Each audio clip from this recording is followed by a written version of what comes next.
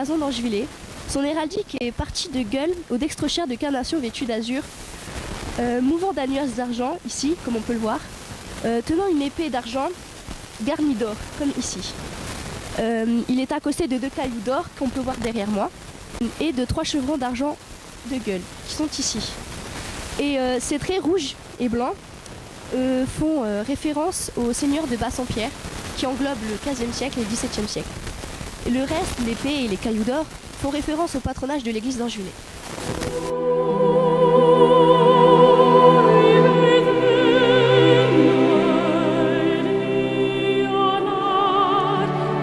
Angevillers a eu plusieurs noms qui ont marqué des générations, comme Echervilla, qui date de 926, de Hansweiler, le plus courant depuis le XVIIe siècle, et enfin Angevillers. De plus, dans la forêt d'Angevillers se trouve un bunker inachevé. Ce bunker aurait dû être le centre de commandement du Führer, Adolf Hitler, et c'est grâce à l'arrivée des Alliés que les travaux ont été interrompus et empêcha le Führer de s'y installer.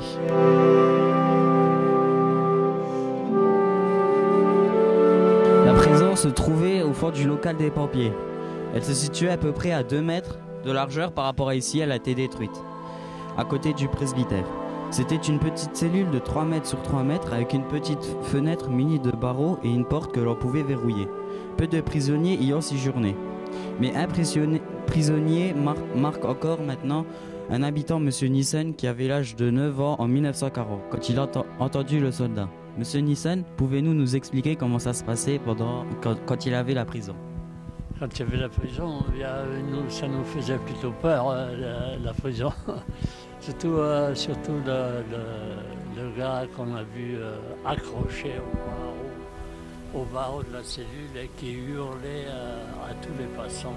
Allez prévenir mon lieutenant et dites-lui que je vais me pendre. Alors là, ça fout la trouille. Ça fout la trouille. C'est vrai que bon. Il s'est soulé la gueule, c'était les troupes d'intervalle. Et pendant la période, pendant ce qu'on appelait la drôle de guerre, les soldats s'ennuyaient prodigieusement, ils ne savaient pas quoi faire, alors ils se soulaient la gueule et ils se battaient, ils se provoquaient des bagarres, et puis voilà. Alors on était obligé de les enfermer.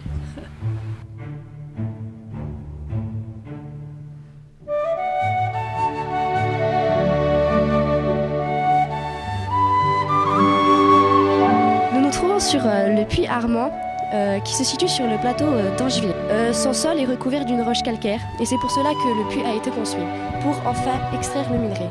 Mais il a été détruit vers la fin de l'exploitation minière, pour des raisons de sécurité. Maintenant, je vais poser à M. Nissen une question pour savoir combien il y avait d'hommes et quelles étaient leurs conditions de travail. Les conditions de travail, des conditions assez pénibles, hein, les conditions des mineurs, oui. Voilà, c'est tout. Alors vous demandez des hommes qui descendaient par le puits. Oh, je sais pas, une centaine. En Angevillers, oui. Qui descendaient par le puits. Et ce puits servait également d'aérage. D'ailleurs, je pense qu'on va y aller là, on verra le gros ventilateur. Et on sortait là par le puits l'air huissier qui venait d'en-bas. C'est l'air huissier, l'air frais, arrivé par la galerie Louise et la galerie de Tressange. Non, pas Tressange, Metsange.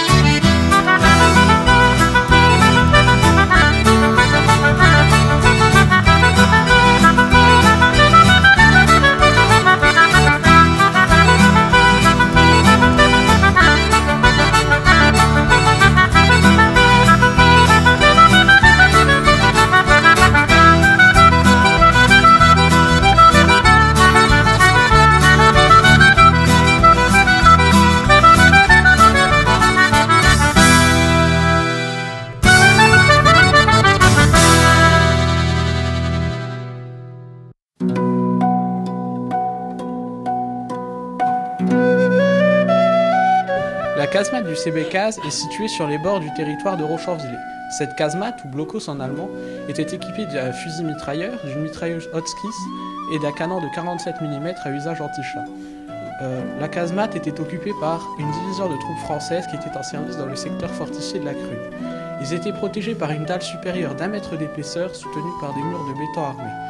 Mais malgré la solidité de sa structure, un obus perforant allemand aurait eu raison d'une faiblesse située dans le mur est et a réussi à pénétrer pour exploser au pied du canon qui se trouvait ici, en mettant le feu aux paillasses sur lesquelles dormaient les soldats. Je vais maintenant passer la parole à M. Nisson qui va nous raconter une anecdote sur le CB-15. Sur la CB-15, il y a toute une histoire.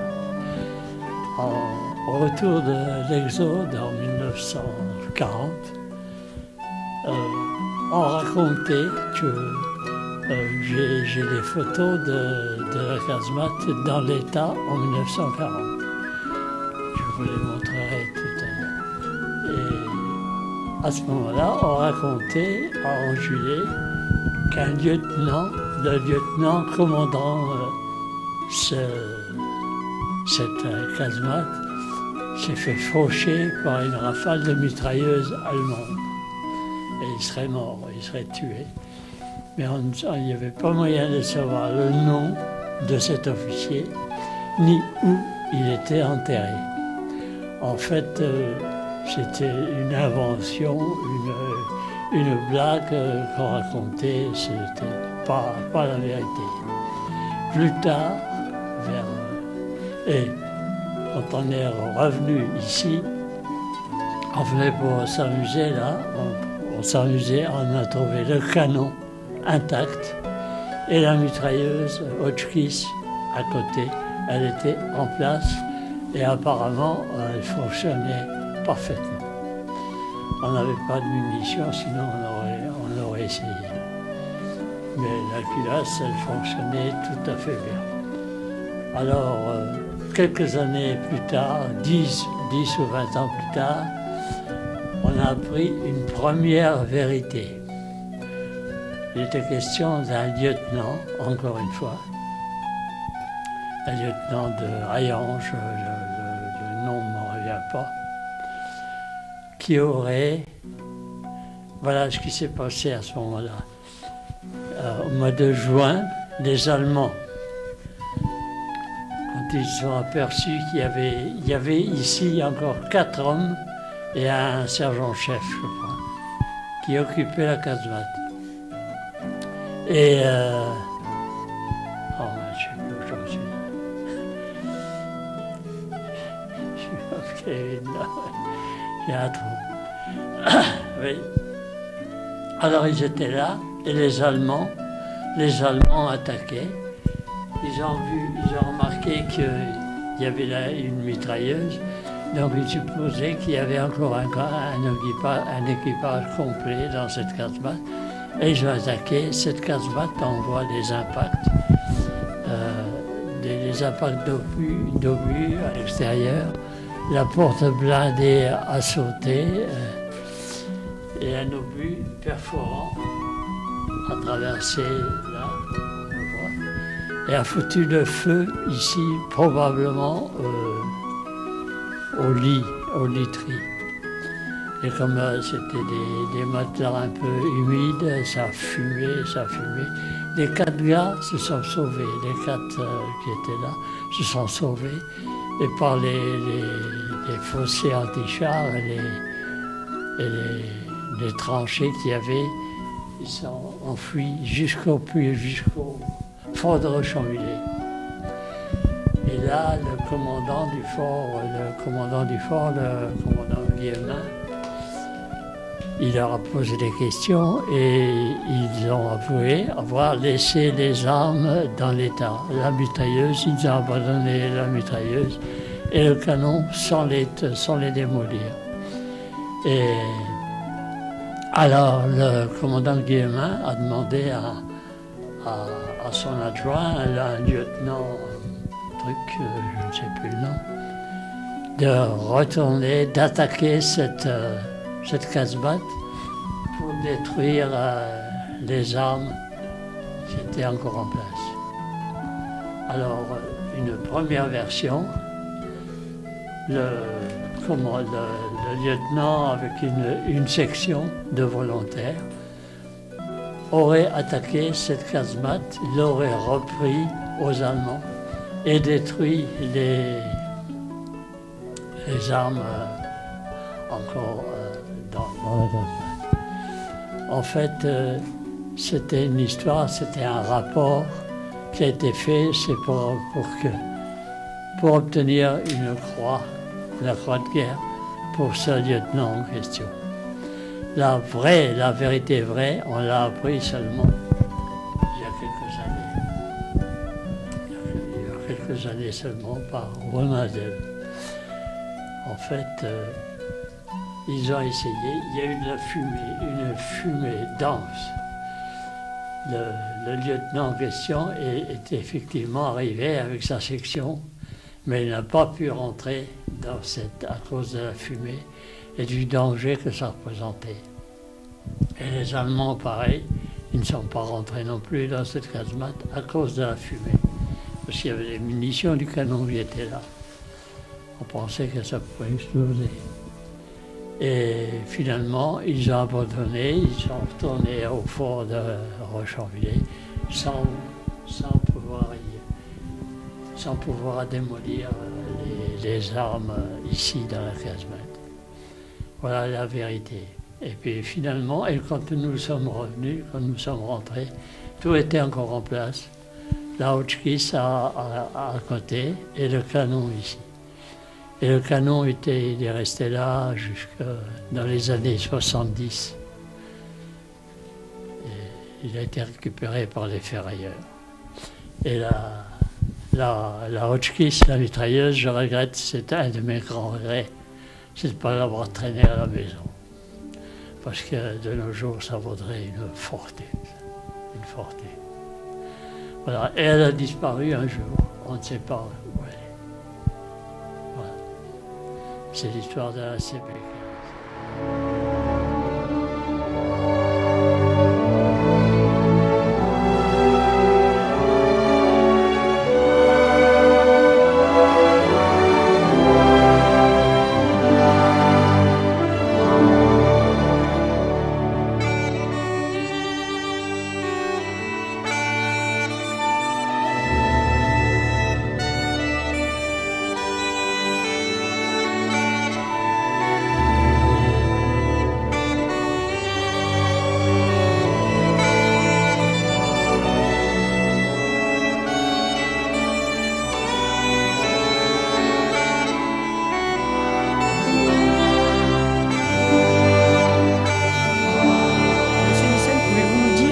Ces restes de murs.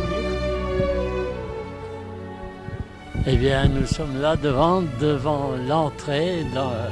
l'entrée monumentale de l'ancien château, le château de la seigneurie de Bassompierre, qui se trouvait là. C'est-à-dire qu'en 1789, au moment de la Révolution, le château était en ruine, on y a mis le feu. Et sur les ruines, on a construit ces deux fermes. Cette ferme-là, la ferme Brière et la ferme Scholl. On a construit sur les ruines du château. Et tous les murs qu'on voit là, ce sont les murs d'origine, les murs d'enceinte. Il y en a un autre. Le mur d'enceinte total qui entourait toute la propriété se trouve là-bas à 200 ou 300 mètres. Et il y a même un panneau qui indique la Schloss Mauer, ce qui veut dire le mur du château. Voilà, je ne sais pas trop quoi dire encore. Il faudrait voir la propriétaire, parce qu'il y avait, paraît-il, un tunnel là. Un tunnel qui se dirigeait vers Agrange. Mais on ne sait pas, je ne sais pas ce qui est devenu de ce tunnel, j'en sais rien, je ne suis pas au courant. Voilà, il faudrait quand même voir Madame le maire. Madame le maire, pouvez-vous nous dire quelque chose sur le tunnel du château ? Sur le tunnel du château, je peux pas te dire plus que ce que moi j'ai entendu raconter de ma maman, quoi. Puisque sous ce qu'on a actuellement comme remise, on avait ce qu'on appelait la cave des prisonniers, donc il y avait une cave duquel partait un tunnel. Mais elle me disait, bon, maman a 85 ans, elle me disait que quand ils avaient 7-8 ans, ils l'ont toujours connu bouché quand même, ce tunnel. Donc le tunnel, personne en fait ni l'a fréquenté, ni l'a vraiment vu, parce que c'était ébloui.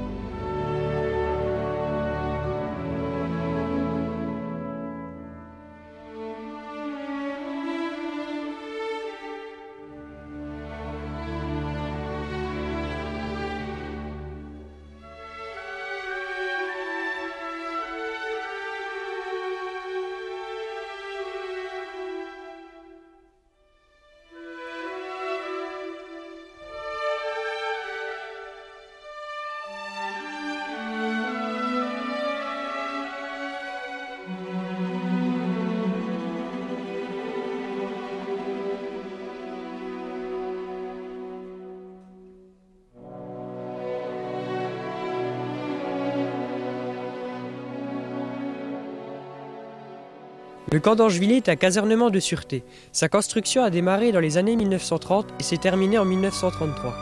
Il abritait les troupes de forteresse des ouvrages alentours, comme le gros ouvrage de Rochanvillers et de Molvange. Car il faut savoir qu'en temps de paix, les militaires ne séjournaient pas dans les ouvrages. À partir du 15 avril 1933, une partie du 168e régiment d'infanterie de forteresse occupe les lieux. En mars 1936, une partie du 151e régiment d'artillerie de position et du 2e génie. En 1939, le 168e régiment du camp d'Angevillers et d'autres comme le centre mobilisateur d'infanterie CMI 61 de Meurthe-et-Moselle forment le 169e régiment. Lors de l'occupation, le camp sera utilisé par les Allemands. Une fois la guerre terminée, plusieurs armées occupent les lieux, comme celle américaine et bien sûr française.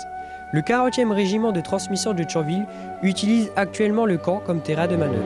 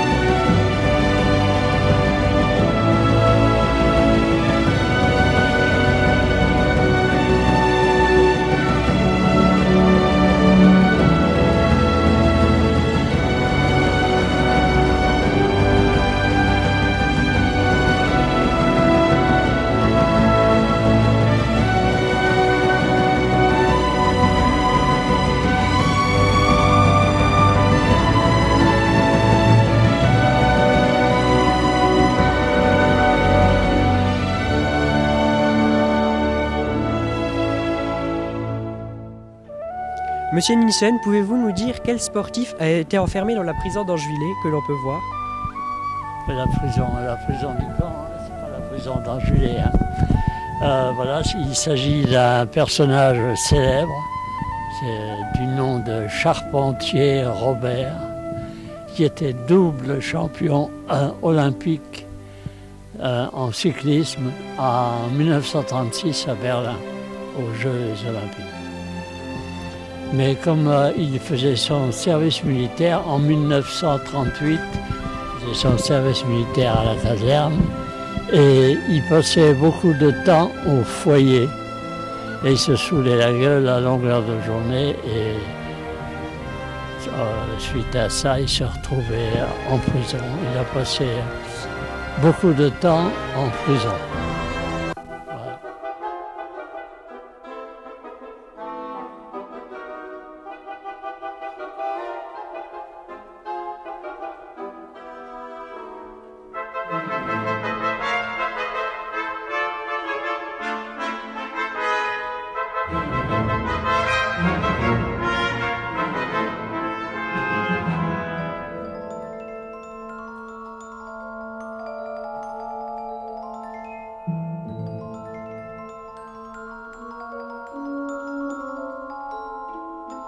Voilà.